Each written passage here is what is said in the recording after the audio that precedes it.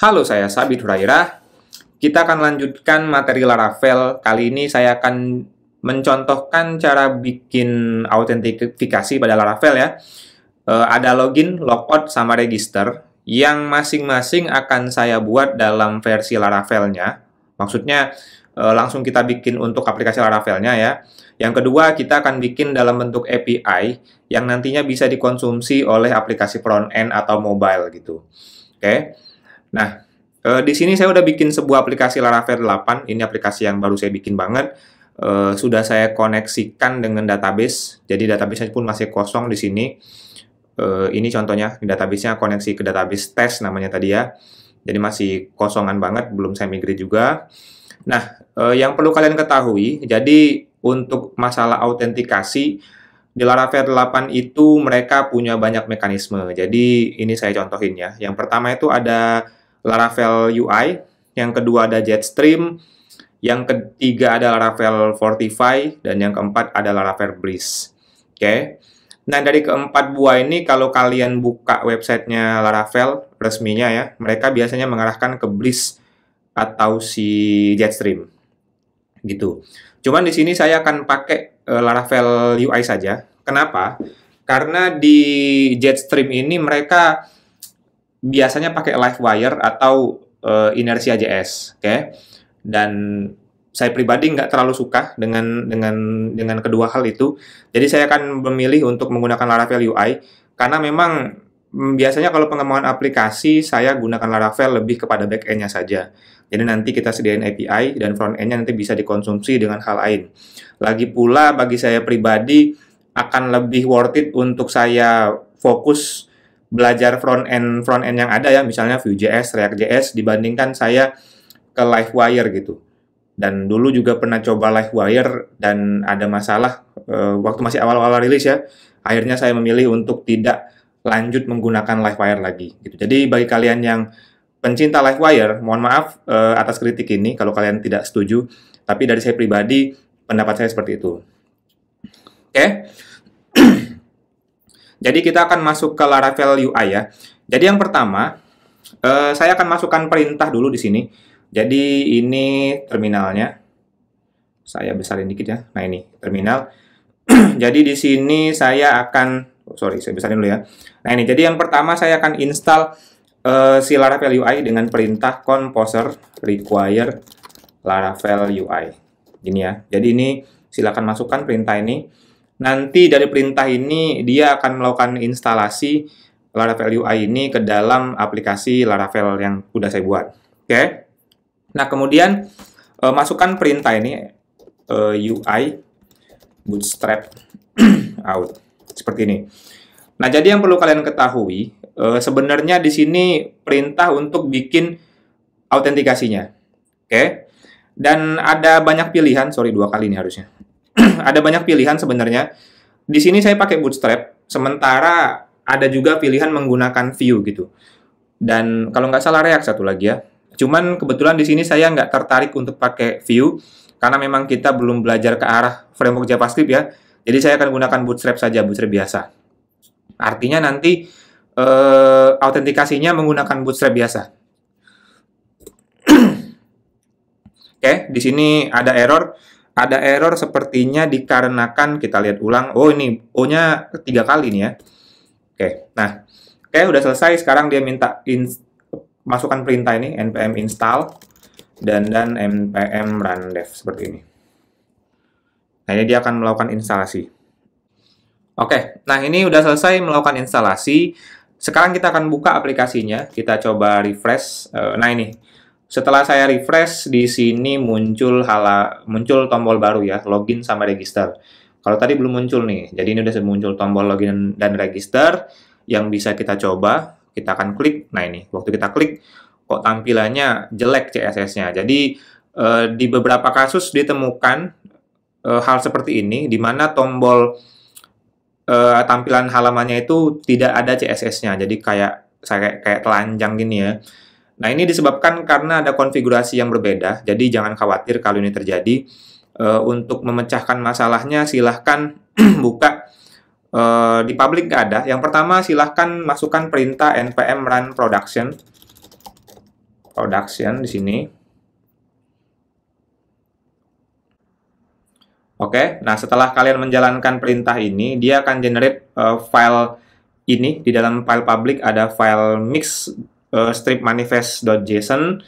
Ini kalian buka nih ya filenya. Jadi dari file ini kalian hapus saja garis miring yang di depannya sini. Seperti ini. Oke, kalau udah selesai, npm run dev lagi.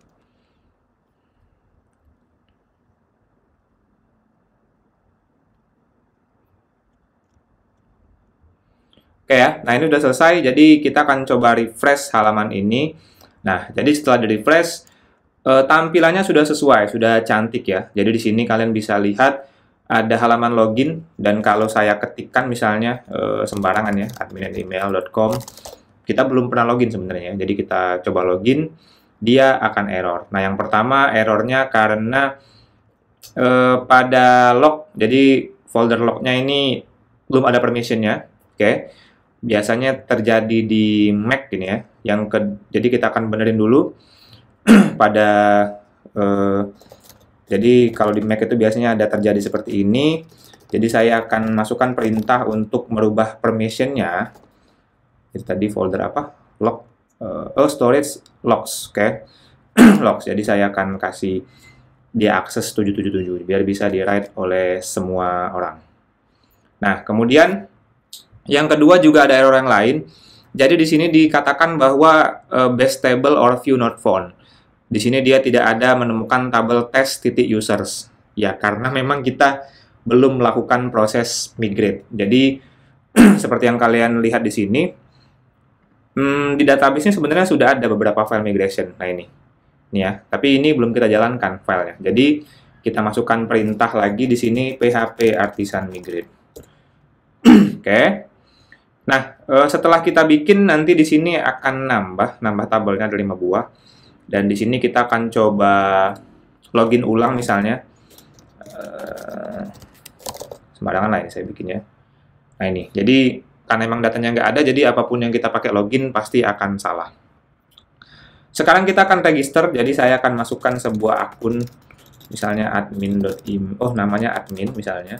Emailnya admin@email.com. Passwordnya admin123. Oke ya, kita register. Oke, udah login, dan di sini kita bisa logout. Kita login lagi coba menggunakan akun admin@email.com admin123 seperti ini. Oke ya, jadi proses register dan login dan logout itu sudah berhasil. Nah, yang perlu kalian ketahui, ini kan filenya kita generate otomatis nih ya. Jadi mungkin kalian perlu tahu juga nih, perlu tahu apa sih yang dikerjakan oleh Laravel pada kasus ini ya, pada si Laravel UI tadi. Jadi yang pertama, mereka nge-create sebuah controller folder sendiri ya, namanya folder autentikasi. Jadi di sini ada file confirm password controller, forget controller, segala macam, login controller. Nah, kebanyakan dari mereka ini menggunakan kelas-kelas bawaannya si Laravel. Jadi kalau kalian lihat di sini, di login controller ini nggak ada kode apa-apa. Jadi menggunakan kelas yang sudah generate oleh si Laravel. Gitu ya. Register ada lah kalau register ya. Nah, register dia paling nggak ada validatornya seperti ini. Oke. Reset password juga nggak kelihatan, sehingga kalau kalian pengen kotak-katik beberapa hal dari si autentikasi ini sebenarnya butuh effort. Karena dia langsung mengambil kelas yang ada pada si framework-nya. Oke. Nah, yang kedua, kalian bisa atur tampilan ini. Misalnya ini ya, kita akan buka roots-nya. Nah, ini contoh roots-nya.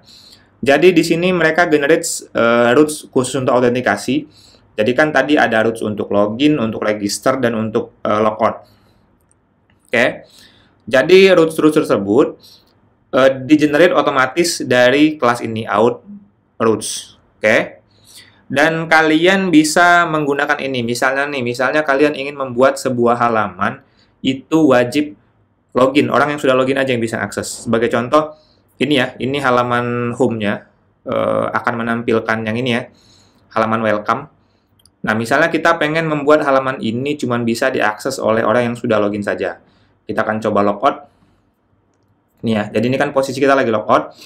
Gimana caranya biar halaman ini cuma bisa diakses oleh orang yang sudah login saja. Jadi yang pertama, ada dua cara. Jadi yang pertama kita bisa langsung masukkan di sini, masukkan di dalam apa? Di dalam si root-nya ini. Oke. Di sini ya. Jadi kita bisa masukkan di sini dengan cara menambahkan middleware. Oke. Jadi kita bisa menambahkan middleware seperti ini. Seperti ini, middleware. Oke. Out. Seperti ini. Jadi di sini artinya roots ini hanya bisa diakses oleh middleware, maksudnya dia akan ngecek ke middleware-nya autentikasi, artinya dia nanti hanya bisa diakses oleh orang yang bisa login. Nah, jadi ketika dia nggak login, si halaman Laravel ini akan langsung mengarahkan dia ke halaman login gitu. Dan dia nggak akan bisa masuk tuh ke dalam halaman si home-nya tadi. Oke ya, jadi ini kalau kita hilangin, seperti ini bisa lagi. Nah ini, oke, itu yang pertama. Nah yang kedua, kita juga bisa memaksa halaman itu harus diakses oleh orang yang sudah login dengan cara langsung memasukkan pada controllernya. Sebagai contoh nih, ini home controller. Home controller ini garis miring home ya. Ini juga nggak akan bisa kita akses kalau kita belum login. Nih ya. Tapi di sini kalau kalian lihat nih ya, dia langsung akan redirect ke halaman login. Padahal di sini kita nggak menambahkan middleware out tadi ya di sini. Nah, untuk case-nya home controller ternyata dia langsung melakukan settingnya di sini di controllernya. Jadi di construct-nya, di konstruktor dari kelas home controllernya, dia langsung setting this middleware out. Seperti ini. Nah, ini case-nya sama aja. Tapi ini diletakkan di controller. Kalau ini pada roots. Itu terserah kalian mau pakai yang mana. Yang jelas kalau di roots dia berkumpul nanti di sana. Jadi kalian bisa langsung melihat dan ngaturnya di satu file saja. Jadi terserah kalian nyaman pakai yang mana. Oke. Nah, kemudian kalau kalian lihat di sini juga ada tampilan seperti ini ya. Ketika dia belum login akan muncul pilihan login atau register. Dan tapi kalau dia udah login, misalnya seperti ini. Nah, di sini akan muncul halaman home menunya. Jadi, antara halaman yang sudah login dengan halaman orang yang belum login, nanti tampilnya berbeda. Nah, ini gimana caranya? Ini bisa kalian lihat di sini. Sebagai contoh, kita lihat di view, di welcome. Nah, ini ya. Nah, jadi di sini contohnya. Jadi, kalau kalian lupa, kalian bisa lihat. Nah, ini ya. Jadi, di sini ada add out sama bisa else sama end out. Jadi kalau di Laravel kan ada add if, else if, dan ini diganti dengan out, dan out juga berakhir dengan end out. Oke, jadi di sini cara bacanya jika dia sudah terautentifikasi maka tampilkan halaman URL-nya home.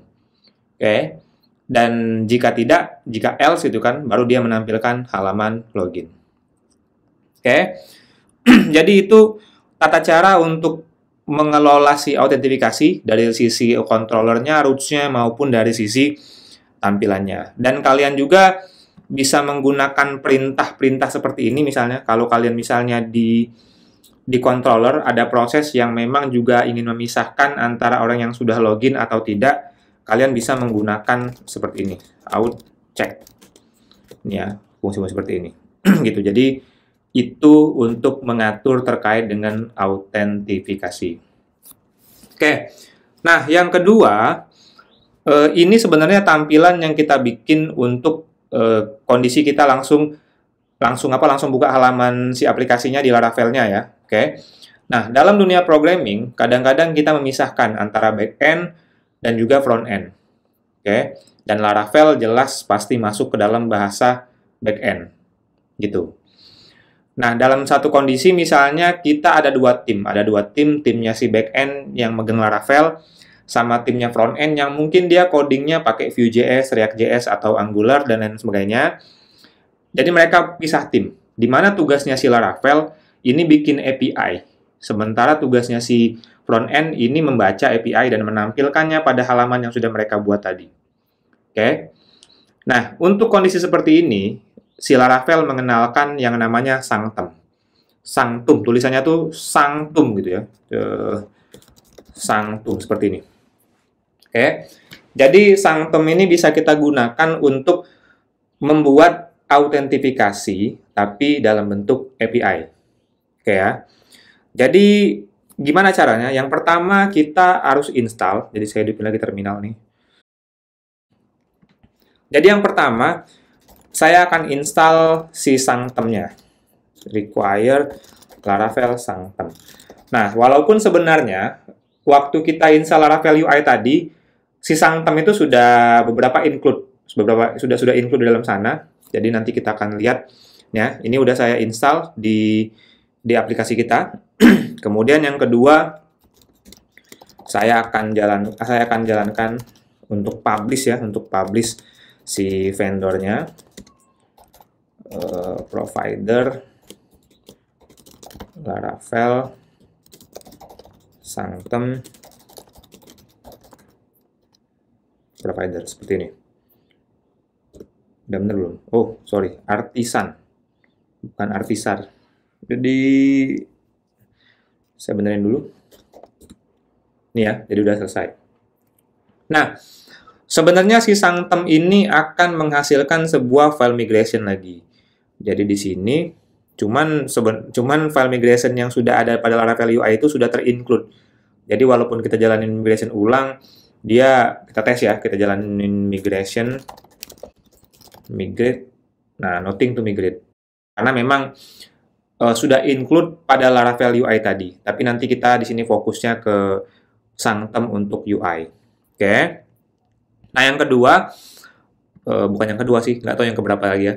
Nah, selanjutnya kita akan setting biar si kelasnya sanctum ini bisa dibaca pada aplikasi kita. Jadi di sini di app.php ya, di config app.php, buka providers, di dalam array-nya providers kita akan menambahkan kelas untuk si sanctum.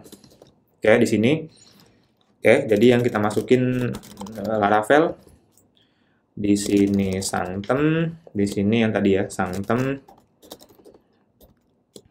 service provider seperti ini. Oke ya. Nah ini. Oke. Nah sampai sini untuk konfigurasi sanctum udah selesai. Oke. Jadi kalau kita buka, mungkin saya akan tunjukin dulu di model user. Jadi kalau kalian lihat di sini, di model user ini ada sedikit modifikasi. Jadi di sini dia has API, ada menggunakan kelas has API tokens di kelasnya si user. Juga kebutuhannya nanti untuk si autentifikasi dari yang sudah kita install tadi. Oke. Nah, sekarang kita akan bikin sebuah controller untuk autentifikasi API. Kalau ini kan controller untuk autentifikasi di Laravel-nya ya. Yang mana seluruh proses autentifikasi ini akan menampilkan sebuah halaman. Oke. Sekarang kita akan bikin sebuah autentifikasi. Yang pertama kita akan bikin kumpulan controller. Oke, jadi saya akan bikin controller baru. Make controller. Misalnya kita pisahin foldernya. Jadi di bawah folder controller ini kita bikin folder API dulu. Di dalamnya baru out controller. Kita bikin satu file saja. Oke, nah ini ya. Jadi udah terbentuk API out controller. Oke. Nah, kita akan buka di sini. Jadi di sini masih telanjang. Kita akan bikin 3 buah fungsi di sini. Yang pertama itu function register. Oke. Ini request, ada requestnya ya. Request, sudah ada kelas request di sini ya. Oke. Yang kedua kita akan tambahkan sebuah fungsi login misalnya. Login di sini. Oh, register ya. Yang ketiga kita akan tambahkan fungsi logout. Seperti ini. Oke. Oke. Nah, yang pertama kita di fungsi register ya, ada register. Kita akan bikin sebuah validator dulu. Validator artinya kita akan tangkap tuh isiannya udah bener apa enggak. Jadi oke, seperti ini. Make seperti ini. Request. Oke. kemudian all. Jadi kita minta untuk melakukan pengecekan request yang all ini. Oke, jadi dia ngecek apa yang mau dicek. Jadi yang mau dicek yang pertama name. Oke, name ini kita minta dia required. Oke, kemudian kita minta dia string dan ada max kali ya, ada max 255 karena memang kita taruh string biasa deh kayaknya. Oke, yang kita tambah langsung lah. Di sini ada email. Oke, kalau email ini dia string, yang kedua juga dia harus formatnya dalam bentuk email. Email. Terus kalau email nih kayaknya kira-kira perlu kita bikin unik kali ya. Unik mengarah ke tabel users. Oke. Nah kemudian ada dua lagi sebenarnya. Jadi kalau kita register tuh biasanya kan tadi di sini nih kalau kita lihat ya. Bisa login dulu deh. Kalau register tuh di sini ada name, email, password sama konfirmasi password ya. Jadi kita akan ikutin dia. Jadi ada password sama ada confirmation password. Password confirmation ya. Seperti ini. Oke. Nah, untuk password kayaknya bukan max tapi minimum ya. Kalau max kayaknya orang nggak akan lah bikin password yang panjang-panjang banget. Jadi di sini kita kasih minimum passwordnya 6 digit. 6 karakter, sorry. 6 karakter, dan untuk yang password confirmation kita harus minta dia same dengan password, fieldnya password. Oke. Kayak gini ya. Jadi kita sudah punya validator di sini. Oke. Nah, kemudian di sini kita mau cek jika validator ini fails. Seperti ini ya, sorry. Oke, jadi kita akan ngecek validatornya fails apa enggak. Kalau dia fails, kita minta dia return langsung return, balikin hasilnya secara langsung ya, JSON. Jadi apa yang mau kita return di sini? Yang mau kita return adalah JSON. Sorry, JSON-nya array aja di sini. Gini ya. Oke, yang pertama JSON-nya itu akan ada statusnya misalnya error. Yang kedua ada datanya. Data itu maksudnya apa sih yang di-return dari situ? Misalnya di sini akan menampilkan si validator errors. Daftar errors-nya lah ya di sini. Oke. Sorry. Nah ini. Oke. Nah, sementara itu kalau dia tidak error, bagaimana kondisinya? Kalau dia emang nggak error, ya kalau nggak error berarti kita akan nge-create sebuah user baru. Jadi kita panggil tabel user, kita create, kita create data baru user. Yang pertama pada tabel user itu kan di sini kita buka dulu tabel user ya di sini. Nah ini tabel user. Yang wajib itu name, email sama password. Oke, jadi yang tiga itu yang wajib. Kalau create add sama update add ini otomatis dari timestamp-nya. Jadi kita pastikan ada name, email sama password. Yang semuanya sudah ada ya dari request yang kita validasi tadi. Jadi yang pertama name, yang name ini kita akan ambil dari request name. Oke. Saya akan copy aja ini. Yang kedua kita akan bikin email. Ini juga dari email. Yang ketiga itu ada password. Ini ya, password ini. Nah, password ini akan kita lakukan proses enkripsi. Kita pakai hash. Oke, hash make. Di sini password. Jadi dia akan melakukan dengan metode hash yang ada pada Laravel. Yang di hash itu ini, si request password. Oke ya. Nah, dari sini udah selesai. Nah, kemudian setelah mereka bikin data ini, jadi di sini kan ada remember token ya, ada token. Nanti kita akan minta dia membuat token. Jadi di sini ada tabel personal access token. Jadi setelah mereka udah selesai bikin si nge-create data user ini, kita akan minta dia membuat data tokennya. Jadi token itu sama dengan user create token. Oke. Nah, ini fungsi dari ini ya, fungsi dari si sanctum dan kawan-kawannya tadi ya. Jadi create out token plain text token. Seperti ini. Oke. Nah, setelah selesai kita juga akan mengembalikan respon sama seperti gagal. Jadi baik gagal maupun berhasil kita akan balikin dia respon. Jadi di sini responnya sukses. Oke. Ini ya, jadi responnya sukses. Dan kemudian data yang dikembalikan, kita pengen dia mengembalikan dua jenis data. Yang pertama, data usernya. Jadi biar si ketika dia ditangkap, minimal ketangkep lah usernya tuh apa yang udah register. Dan yang kedua, akses tokennya. Token di sini. Oh, sorry, yang ketiga kayaknya kita perlu tambahin ya, token type. Jadi kalau kita ngelempar API itu biasanya kita akan menentukan tipe tokennya. Di sini tipenya bearer. Jadi harapannya sih nanti user tinggal baca tokennya.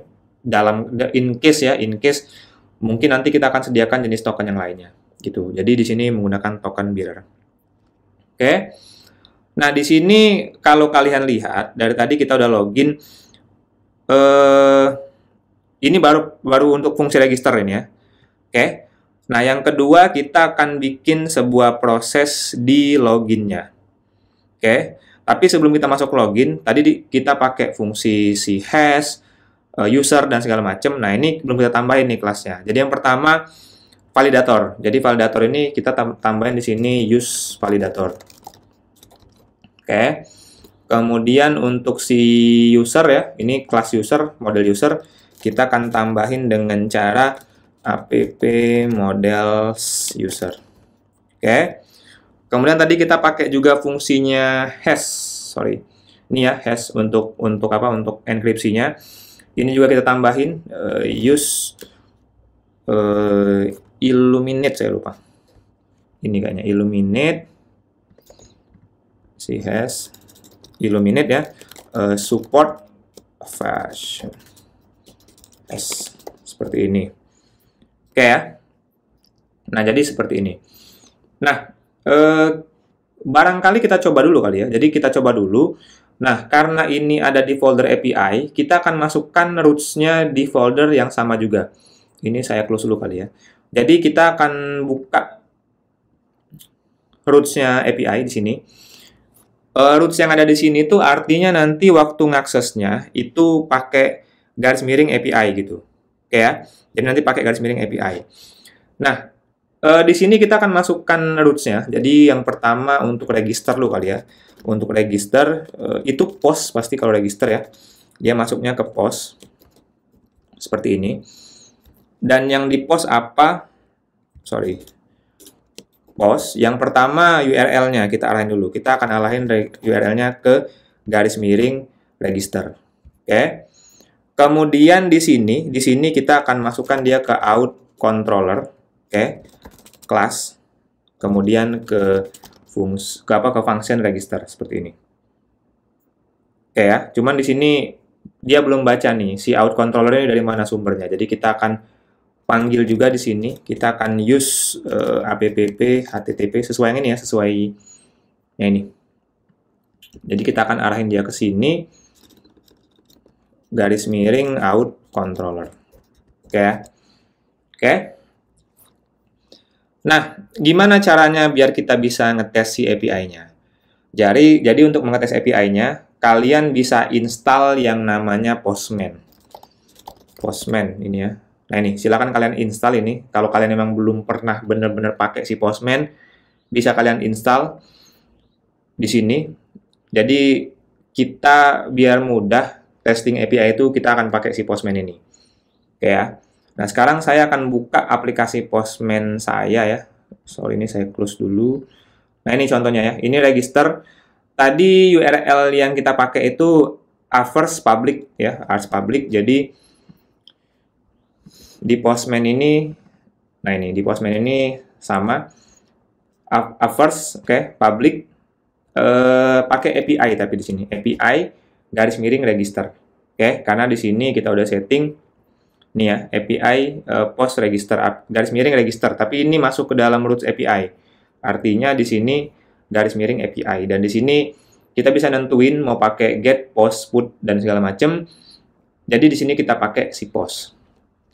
Oke, dan seperti kalian lihat, kita tadi mengirim datanya melalui fitur request. Melalui request yang ada pada si function register. Nah, request ini artinya masuk ke dalam body-nya. Body dari si proses request dari front end gitu ya. Nah ini saya coba masukkan parameternya, ada name, email, password confirmation. Sebagai contoh saya bikin salah-salah dulu, misalnya emailnya kosong seperti ini, dia akan mengembalikan, dia akan mengembalikan error. Oke, jadi dia ngembalikan error, email required, yang kedua password confirmation dan password harus sama gitu. Jadi di sini sudah berhasil nih kalau yang error. Jadi kita akan ulang lagi. Nah ini, misalnya saya memasukkan passwordnya tes123, ininya tes, emailnya ada, ini udah sama. Ini secara validasi udah nggak ada masalah. Oke, dan kita akan coba kirim lagi informasi ini. Nah ini datanya udah masuk, data tes. Jadi ini data usernya, dan ini informasi tokennya. Gitu. Dan kalau kita lihat ke dalam database, nih ya, nah dia pun udah masuk. Gitu. Jadi itu untuk membaca si register. Dan ini kalian bisa lakukan juga di front end gitu. Jadi artinya di Postman berhasil, seharusnya di front end juga berhasil.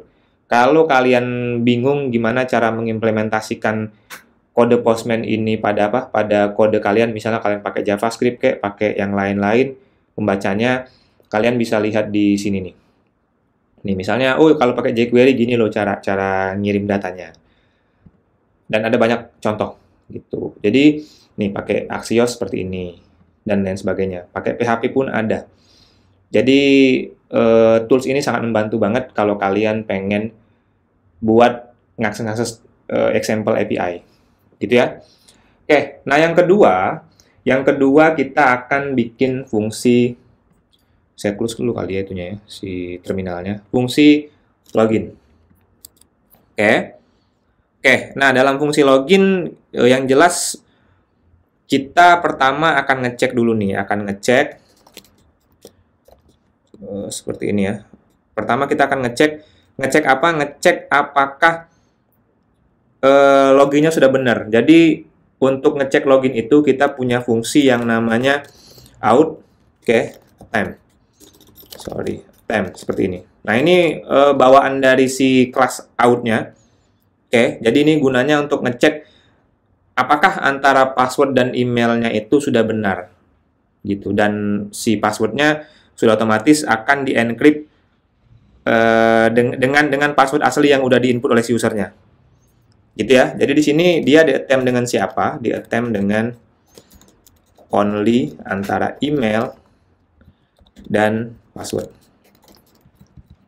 Seperti ini. Kalau dia benar, kalau dia salah, maka kita akan menggalikan respon JSON apa yang akan dibalikin message. Sorry, ini saya enter aja. Seperti ini ya. Jadi akan mengembalikan message misalnya unauthorized seperti ini. Seperti ini. Misalnya ini 401 lah ini ya. Nah, seperti ini. Tapi kalau dia nggak melewati hal ini, maka kita akan query dulu nih. User where. Seperti ini. Kita akan mencari user dengan email yang sesuai pada yang di-input tadi. Email seperti ini. Kita ambil yang pertama saja, first or fail. Kalau nggak ada ya berarti fail. Kita anggap seperti ini. Ya. Nah, kemudian tokennya kita ambil dari user. Dia akan bikin token. Create token sama seperti yang di atas tadi ya. Out token. Kemudian ini plain text token. Nih, sama dengan yang kayak register tadi nih ya.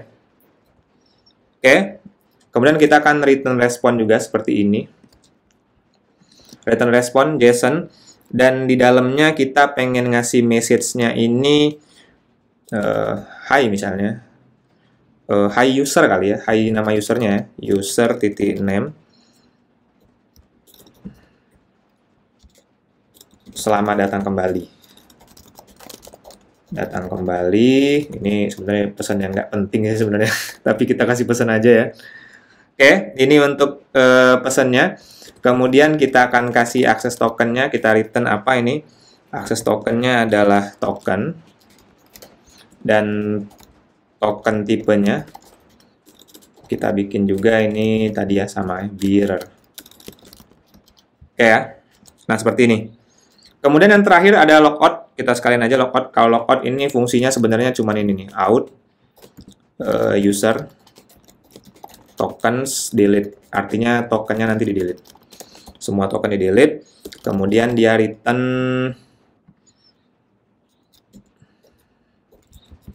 yang di return adalah message Anda berhasil logout. Logout gini ya. Oke. Nah, sekarang kita akan tambahkan dulu ininya. Yang pertama untuk si login ini sama-sama pakai post sebenarnya. Jadi kalau login ini kita samain dengan yang ini, login. Tapi sementara kalau logout dia itu ini aja sih, kalau logout tuh post juga kita bikin. Tapi sebenarnya ada beda. Logout. Ini juga logout seperti ini ya. Tapi nanti logout akan kita ada bedanya sebenarnya. Jadi yang pertama kita akan coba fungsi login, kita copy aja di sini. Login. Yang pertama login itu pakai post di sini ya. Dan di sini bodinya kita isi. Yang pertama email tes@email.com misalnya. Yang kedua password misalnya tes1234 lah, kita bikin salah dulu ya. Nah dia, API out on phone. Ini fungsi out ada yang belum jalan. Ini out nih belum kita definisiin. Jadi di sini kita akan definisikan ulang fungsi use out ya. Ini hujan di tempat saya, jadi kalau ada sedikit noise mohon dimaafkan. Nah ini ya. Nah jadi kalau kita masukinnya salah, passwordnya dia akan unauthorized. Jadi kalau kita isiin benar, nah ini dia udah balikin tokennya. Yang terakhir kita akan masukkan fungsi logout juga pakai pakai post di sini. Cuman kalau logout itu dia, kita lihat di sini ya. Dia cuma minta ini nih logout. Nah, jadi kalau logout ini kita harus pakai token ngirimnya dalam bentuk bearer. Artinya apa? Artinya ada otorisasi di sini logout tuh. Otorisasinya tadi pakai bearer token ya. Dan tokennya ini akan kita gunakan dari yang kita dapat dari proses login ini. Nah, ini. Ini ya. Jadi kita masukkan ke sini bearernya dan kita coba logout ya. Ada error, tokensnya error. Oke, ini ada noise sedikit ya. Dikit lagi selesai sebenarnya. Jadi ini error tokensnya. Kenapa error? Karena tadi saya bilang di sini di API ini si logout ini nggak bisa di luar seperti ini. Jadi dia harus di dalam middleware. Sebagai contoh, kenapa dia harus di dalam middleware? Karena logout ini adalah sebuah fungsi yang bisa diakses oleh user yang sudah login saja gitu. Jadi kalau dia dalam kondisi nggak masuk ke dalam roots-nya login, dia akan dianggap salah gitu ya. Intinya seperti itu. Oke, jadi yang pertama kita akan masukkan ini roots group seperti ini. Saya langsung ambil dari ini aja ya. Kemudian di sini saya masukkan middleware seperti ini. Oke, middleware-nya di sini di sini pakai array juga. Middleware-nya di sini akan mengarah ke middleware si out sanctum seperti ini. Oke. Kemudian di sini seperti ini function. Nah ini function, tapi di sini request-nya nggak di sini. Ya gini ya, jadi si logout harus masuk ke dalam sini dan kita coba lagi ulang. Nah ini, Anda berhasil logout dan ketika dia berhasil logout, nanti di sini juga terhapus yang login atau register dari user yang kita logout tadi. Gitu ya. Jadi itulah teknik untuk bikin autentikasi baik pada Laravel dan pada API, silakan kalian coba. Kalau bingung silakan ditanyakan pada komentar. Terima kasih, sampai jumpa.